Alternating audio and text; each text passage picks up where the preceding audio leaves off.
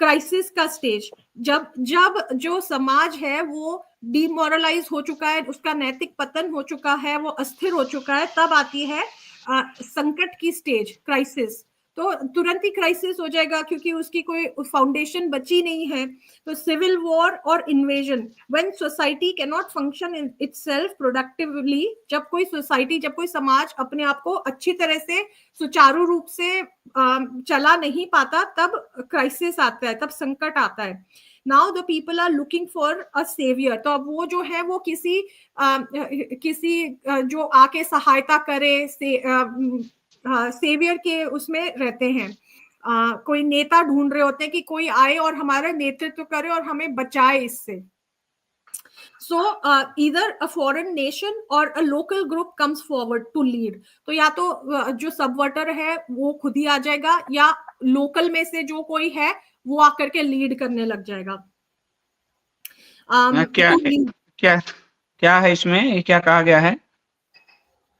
तो वो ये कह रहे हैं कि या तो अब क्योंकि समाज टूट चुका है और वो अपने आप को सुचारू रूप से ये नहीं कर पा रहा, परफॉर्म नहीं कर पा रहा, उसका आर्थिक पूरा खत्म हो चुका है ढांचा, ठीक है, सामाजिक ढांचा उसका खत्म हो चुका है, the structure is broken, values are broken, faith खत्म हो चुका है, रिलीजियस वैल्यूज खत्म हो चुकी है, सब कुछ बचा ही नहीं है। तो क्या होगा फिर? इंटरनल विरोध होगा, ऑपोजिशन होगा। तब ऐसे में क्या होता है कि समाज ढूंढ रहा होता है कि कोई होप हो, कोई आए और हमें बचाए। जैसे मसीहा 14 में आया था, मसीहा, हाँ हाँ, 14 में, 2014 में मसीहा, कि मसीहा हमें बचाएगा, और अच्छे दिन आ गए। और वो अच्छे दिन किसके लिए आए? उसके और उसके यारों के लिए, और जनता की तो भाई एब्सोल्युटली। और आप सोचिए जो डिमोरलाइजेशन का, नैतिक पतन का जो स्टेज है वो बताया गया 15 से 20 साल, और अभी इनके कार्यकाल को कितना समय हुआ है? 12 साल होने वाले। तो उस स्टेज पे हम जा रहे हैं, ये खतरा है सबसे बड़ा। तो फिर क्या होता है कि या तो जो सबवर्टर है वो खुद आ जाता है, उसके रिप्रेजेंटेटिव्स आ जाते हैं लीड करने के लिए, या कोई जो फॉरेन नेशन है वो इन्वेड कर देता है, वो हमला कर देता है, कोई फॉरेन का देश। या फिर ये होता है कि जो लोकल में ही जो कोई फायदा उठाने वाले होते हैं, स्लीपर सेल में से ही कोई होते हैं, वो उठ के खड़े होते हैं कि हम बचाएंगे, अब हम समाज को निकालेंगे इस विपत्ति से। जैसे आप रिसेंट में अन्ना आंदोलन में अरविंद केजरीवाल को देख लीजिए, सबसे ज्यादा फायदा उठा लिया उनने, उसने, और इसने भी उठाया ना 14 में। अब देखिए ना, उसको बैठाया गया 14 में, जिनको बैठाया गया सत्ता में, वो यही कि हम हिंदुओं को हम बचाएंगे, पिंक रेवोल्यूशन हम खत्म कराएंगे, सच्चर कमेटी हम खत्म कराएंगे, और किया उसका उल्टा लागू किया। अभी अमेरिका में ट्रम्प आए हैं, मेकिंग अमेरिका ग्रेट अगेन, मागा। तो हाँ, वही सब दुनिया में वही चल रहा है संदीप जी, सब एक ही टेक्स्ट बुक को फॉलो कर रहे हैं। तो फिर वो क्या होता है कि as a society can not function, तो फिर ये हो जाता है, और वो आर्टिफिशियली इंजेक्ट किए जाते हैं ऐसे लोग। कई बार आर्टिफिशियली भी इंजेक्ट किए जाते हैं, जो या फिर वो अपने आप को सेल्फ अपॉइंट कर लेते हैं इंपॉर्टेंट पोजीशंस पे। अब उसके बाद में क्या होता है कि और इस जो क्राइसिस का जो स्टेज होता है, ये मात्र 2 से 5 महीने का होता है, बहुत लंबा नहीं होता। बहुत ज्यादा लंबा कोई भी देश या सबवर्टर उसको टिकने नहीं देता, क्योंकि उसको अगले स्टेज का फायदा उठाना होता है, जो कि है नॉर्मलाइजेशन स्टेज। नॉर्मलाइजेशन मतलब अब स्टेटस को बन गया, अब जो जहां है वो जैसा है वो वैसा ही रहेगा, जिसने फायदा उठा लिया, और अब वो वहीं पे बैठा रहेगा। Stabilisation of country by force, ये फोर्सफुली किया जाता है। No more revolution and protest are required. और जो रेवोल्यूशन और प्रोटेस्ट कर रहा होता है वो यूजफुल इडियट्स वगैरह होते हैं, और जो भी होते हैं उनको खत्म कर दिया जाता है, या तो उन्हें मार दिया जाता है, क्योंकि डेटा तो उनका सब रहता ही है। उस जमाने में जब ये स्पाइस, केजीबी इतना डेटा मेंटेन करता था और खत्म कर देता था वियतनाम युद्ध के समय, तो अब तो एआई है, तो कोई आवाज नहीं निकलेगी, और वो क्लोज सोसाइटी बन जाती है फिर वो ओपन सोसाइटी के बजाय। अब वो उसका मुखौटा जरूर रहे कि डेमोक्रेसी है, ये है वो है, बट जैसे आप बता रहे हैं कि 2014 में जो आए हैं, डेमोक्रेसी का मुखौटा ही मात्र है, बाकी तो सब कुछ क्लोज्ड ही हो चुका है। तो ये होता है, एक्टिविस्ट आर एलिमिनेटेड, ठीक है, पीस कीपर्स, स्लीपर्स, जो स्लीपर्स होते हैं वो उनको खत्म कर दिया जाता है, पीस जो एक्टिविस्ट होते हैं उन्हें खत्म कर दिया जाता है, पीस कीपर्स उनको खत्म कर दिया जाता है, क्योंकि उनका they have serve their purpose, उन्होंने अपना काम कर लिया, उनका काम निकल चुका है, अब उनकी कोई जरूरत नहीं है, उनको अब देखिए मार ना, डालो। इस पार्टी में सभी वरिष्ठ नेता खत्म कर दिए गए, या खत्म हो गए, या अचानक मर गए, या कुछ जो भी हुआ, लेकिन वो तो चले गए सब। हाँ, कोई कोई तो ऐसी मिस्टीरियस सर्कमस्टांसेस में भी गए हैं। हाँ, मिस्टीरियस ही है। हाँ, तो get rid of all protesters activist as they want to stabilise the country by force. अब फोर्स के द्वारा देश को स्टेबलाइज करने का एक बाहर वालों को, बाहर की दुनिया को एक ये भरम दिया जाएगा कि हमारा देश अब हमने स्टेबल कर लिया है, हालांकि वो बाय फोर्स हो रहा है, मतलब लोगों ने कुछ कहा तो उनको उनको डर है कि उनको खत्म कर दिया जाएगा, इसलिए वो बेचारे अब सर झुका के बैठे हुए हैं। तो ये है to reverse the normalisation process it takes enormous, ये परमानेंट होता है, वैसे ये यहाँ पे परमानेंट होता है, इसको रिवर्स करने के लिए बहुत ताकत चाहिए होती है, जैसे कि कोई मिलिट्री फोर्स हो या कोई दूसरा देश वो कर ले, पर दूसरा देश भी यदि इन्वेड ही करेगा तो वो अपने ही फायदे देखेगा ना। तो डिस्टेबिलाईजेशन के बाद में जो लास्ट स्टेज है नॉर्मलाइजेशन, ये परमानेंट होता है, इसको रिवर्ट करना बहुत मुश्किल है, ये है ऑलमोस्ट। तो उसका अभी बांग्लादेश को देखिए, अब बांग्लादेश को यही किया गया अभी। हाँ, अब आप सोच के बताइए एक बार संदीप जी, हमने जो 4 स्टेजेस की बात करी, इस स्टेज में आपको क्या लगता है भारत कहाँ पे है अभी?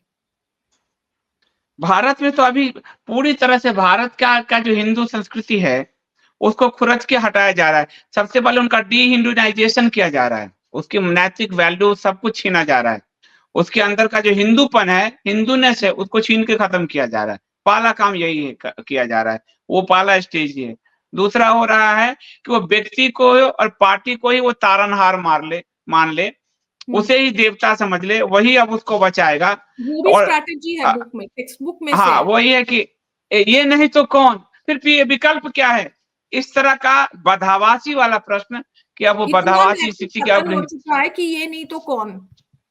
हाँ, तो ये नहीं तो कौन, तो ये स्थिति जो है ये पैदा करने का प्रयास है। दूसरा जो अभी है, तो दूसरे स्टेज में है, उसके बाद फिर उसको 47 का अफीम चटाया जाएगा कि 47 तक हम भारत को विकसित बना देंगे, भले डॉलर के मुकाबले रुपए 100 पे पहुंच गए और पेट्रोल 100 पार कर जाए और 81 करोड़ लोग भूखे मर रहे हों 2 वक्त के भोजन के लिए, लेकिन 47 में कहा जाएगा कि 47 का अब सपने बेचे जाएंगे। पहले 24 का सपना बेचा गया, पहले 22 का बेचा गया, फिर आपको 27 का बेचा गया, 25 का बेचा गया, फिर 47 का बेचा जा रहा है। इस तरह लोगों को घसीट घसीट कर लोगों पर शासन की व्यवस्था जो है तैयार की गई है। जी संदीप जी, ये स्लाइड दिख रही है या बंद हो गई दिखना? हाँ, अब दिख रही है।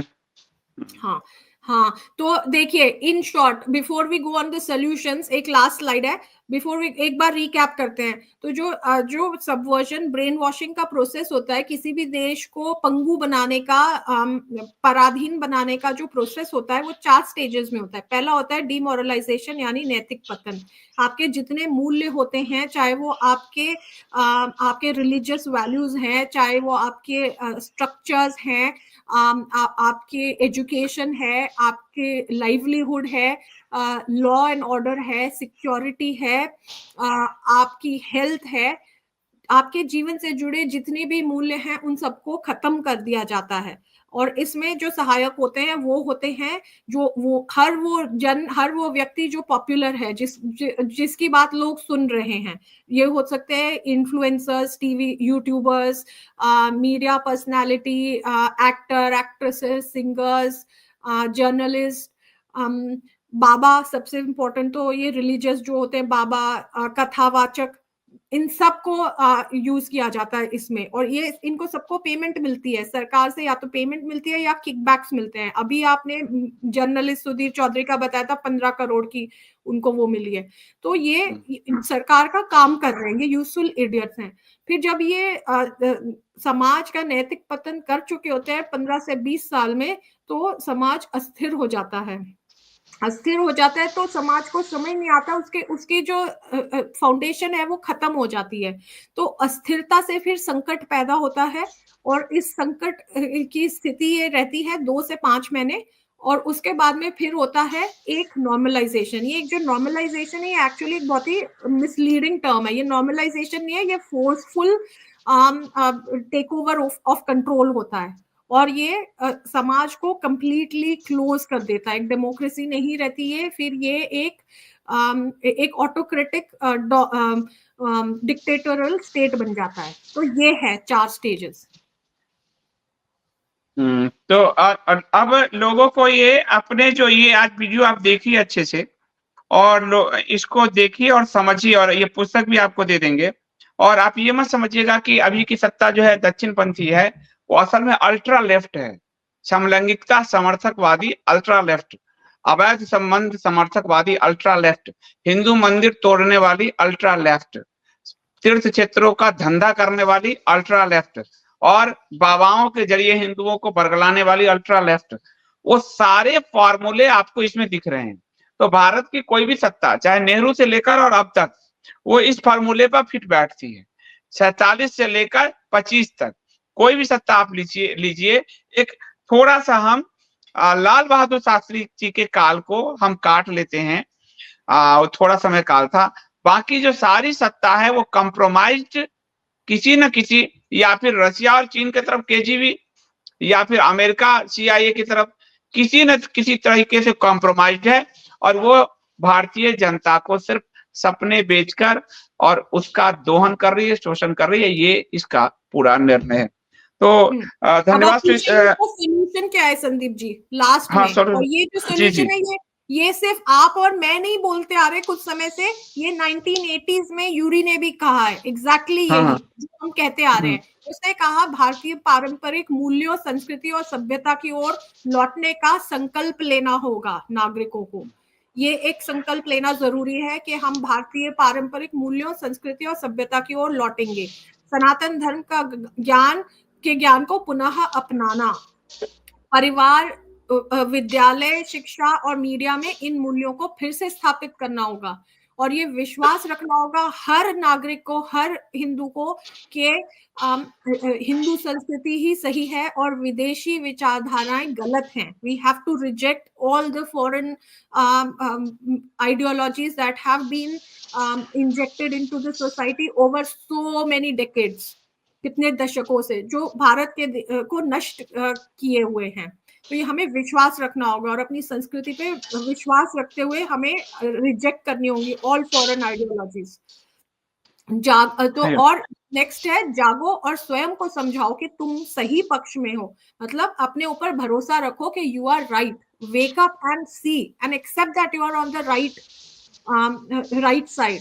न्यूट्रल या धर्म निरपेक्ष मत बनो।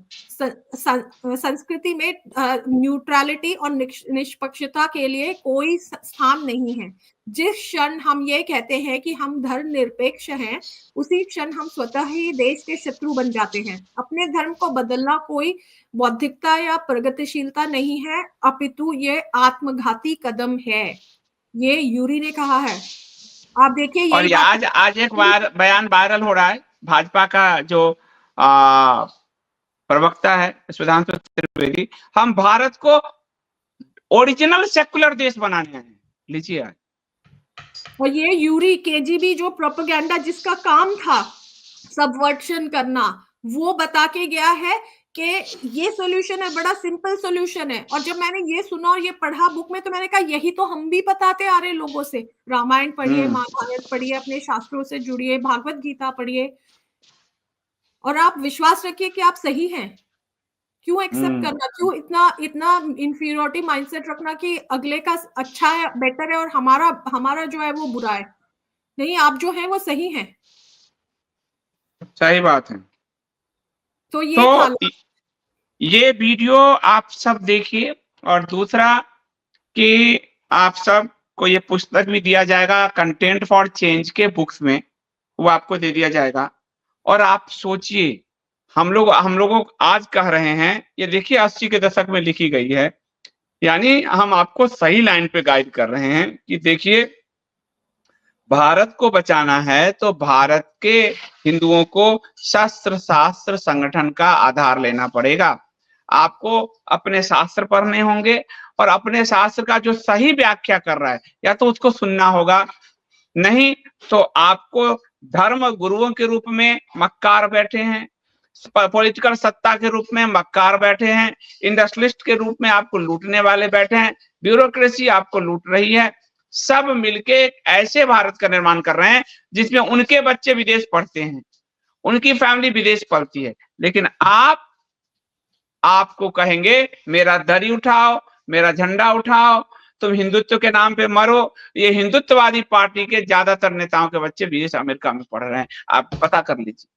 इसलिए अपनी आंखें खोलिए, स्वयं बचिए, अपने परिवार को बचाइए। आपका परिवार बच गया तो आपका समाज बचेगा, और समाज बच गया तो देश बचेगा। राष्ट्रवाद सिर्फ एक छलावा है, बिना सनातन धर्म के वह राष्ट्र गंध करता हुआ सब है, दुर्गंध करता हुआ सब है, और यही सच है। बहुत धन्यवाद श्वेता जी। काफी लंबा हो गया तो मुझे लगता है प्रश्न छोड़ देते हैं, 2 घंटा होने वाला है, तो इसको यहीं विराम देते हैं। आपका बहुत बहुत धन्यवाद श्वेता जी इतने रिसर्च के लिए। मैं लोगों से कहूंगा कि जरूर देखिए। हाँ सॉरी, आज का लंबा हो गया। कोई बात नहीं, अब लोग इसको देखेंगे, जो गंभीर हिंदू हैं वो देखेंगे, और जो रील हिंदू हैं वो फिर एक रील के बाद दूसरी रील पर अपनी जिंदगी खपाएंगे। ये तो हम क्या कर सकते हैं। तो बहुत बहुत धन्यवाद श्वेता जी, बहुत धन्यवाद। तो ये थी हमारे साथ श्वेता पुरोहित जी, जिन्होंने आपको यूरी के बुक से ब्रेन वॉश की जो टेक्निक है उसको समझाया। जो 80 के दशक में ब्रेन वॉश टेक्निक था वही आज भी है। आंखें खोलिए, क्योंकि आंखें खोलेंगे तो बचेंगे, आंखें बंद करेंगे तो ये मत सोचिए कि कसाई आप तक नहीं पहुंचेगा। इस मुर्गी मानसिकता में आपकी बलि भी, आपका भी हलाल होना तय है यदि आपकी आंखें बंद रही। अभी के लिए इतना ही, बहुत बहुत धन्यवाद।